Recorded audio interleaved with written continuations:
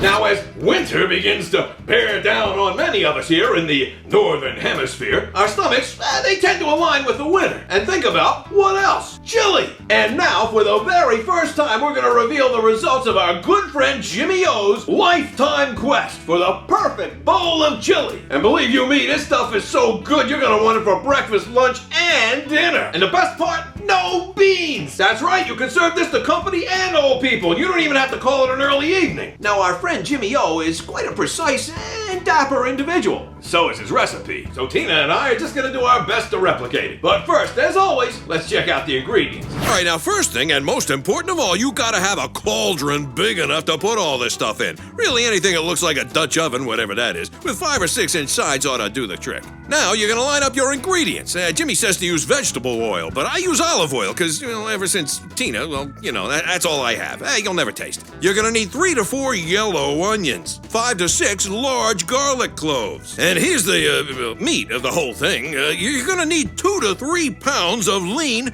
boneless chuck roast. But you think I'm gonna cut up this gorgeous piece of meat for a pot of chili? Oh, you got another thing coming. Luckily, Jimmy says you can substitute ground round or sirloin, or in most cases, it's gonna end up being ground beef. And whoa, hey, look at this, made for chili right there on the label. What do I know? I'm using this. You're also gonna need spices like this seemingly redundant item.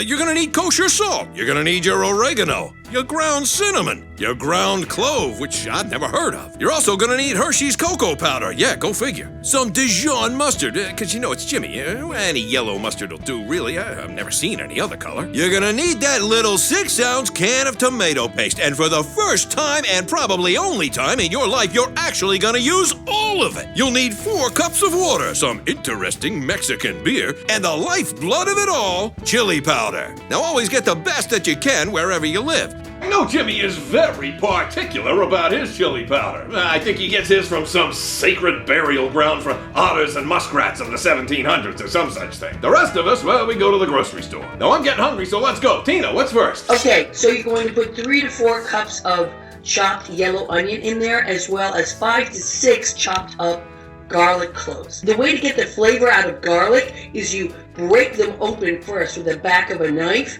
and then you mince them up, and that gets the most flavor from your garlic. You want to saute these until the onions are transparent, but don't let your garlic burn. So now you're going to take your 2 to 3 pounds of ground sirloin, and you're going to crumble it like we did with the bolognese. You're going to crumble it into the onion garlic mixture, and you stir it around until the beef is gray and some of the excess liquid, the fat that comes off the beef when the water from the vegetables will cook off a bit. So I'd say about 5 minutes. And then you will drain off all of this with a ladle full, the excess liquid. So you want some of that in there. Now you're ready to season this meat, onion, garlic mixture. And this is where the whole recipe for chili is so essential, because it's what the spices are that you put in that determines the taste and the heat of your chili. I have learned so much from you, Tina, but I'm not stupid. I know there's more that goes in here, like 2 heaping tablespoons of cumin seed, See? 2 tablespoons of kosher salt, 1 tablespoon of oregano, a level half a teaspoon of ground cinnamon, half a level teaspoon of ground clove. And what Jimmy instructs us about is that the clove actually assists the heating up process of this chili, or as he says, imparts fire to the process. Now this is a funky thing. 1 teaspoon of Hershey's cocoa powder or chocolate powder. And don't forget your 1 teaspoon of Dijon mustard. Okay, and here it is, 4 to 5 tablespoons of chili powder. So this is the taste of how hot or not hot you want it. Jimmy recommends 4 to 5. Different chilies have different highlights. Some are hotter, some are not. So if you really want to have fun, you can get different kinds of chilies, put your finger in it and just taste it, and you'll get a sense of what your chili is going to taste like.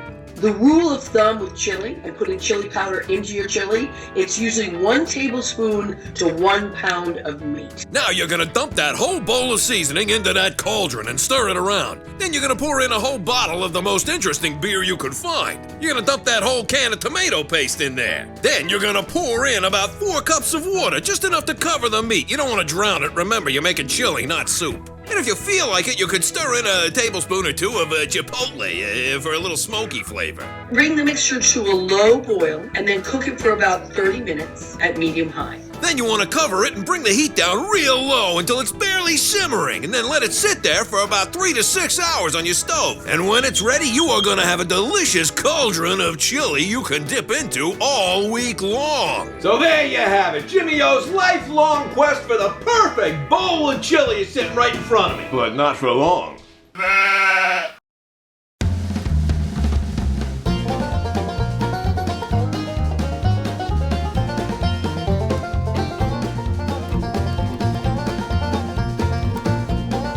What about that ladle full of stuff that I poured off? No. You left a ladle full in. Oh, I did?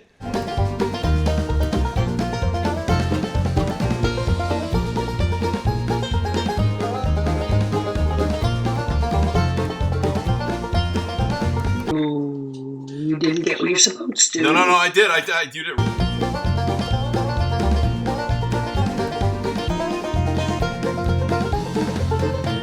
It's made for chili.